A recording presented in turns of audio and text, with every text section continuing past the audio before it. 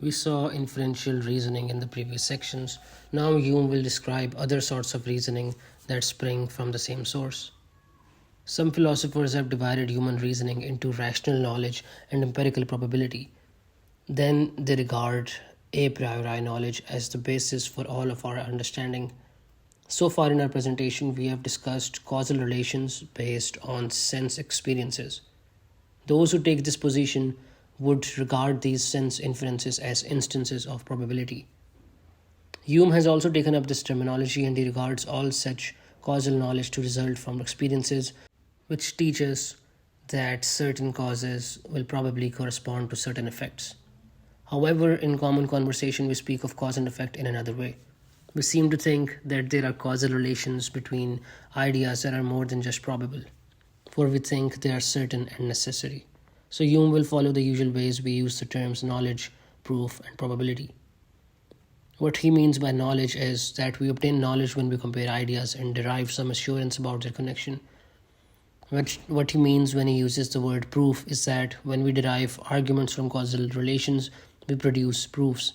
They are entirely free from doubt and uncertainty. Now, speaking of probability, he says that uncertain evidence is probability. He will begin by examining probability. We may give probability another name: reasoning from conjecture. There are two kinds of this reasoning: conjectural knowledge based on chance and conjectural knowledge based on causal relations. Speaking of causal necessity and chance contingency, Hume says that we often experience objects that are constantly conjoined to each other. This produces the habit of thinking them together, and in this way, experience teaches us the idea of cause and effect. Causation causes us to believe in the reality of some relation between objects. It leads us to believe in the reality of some effect, whereas chance leads us to doubt there is any such a predetermined outcome. In chance relations, the corresponding object is considered contingent and not necessary, so we must decide for ourselves whether it exists or not. So we have three steps to our argumentation.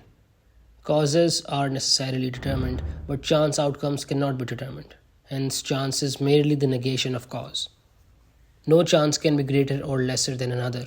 A chance is both a negation of a cause and an indifference to outcome despite a totality of possibilities. Thus, one negation of a cause and one total indifference can never be superior or inferior to another. Reasoning requires that there be necessary connections between ideas. Such necessary connections are obtained when one idea is continually connected with another. We call such a constant connection a causal relation. Hence, there must always be a mixture of causes among the chances in order to be the foundation of any reasoning. Speaking of possibility, Hume says that we believe more likely outcomes because there are more common possibilities that recall and combine influence on our mind. The result is that our mind for the more likely outcome is made more vivid in our imagination. This causes to believe in it more.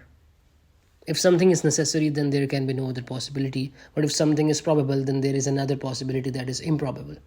We obtain this alternate possibility from experiencing the cause having unexpected effects.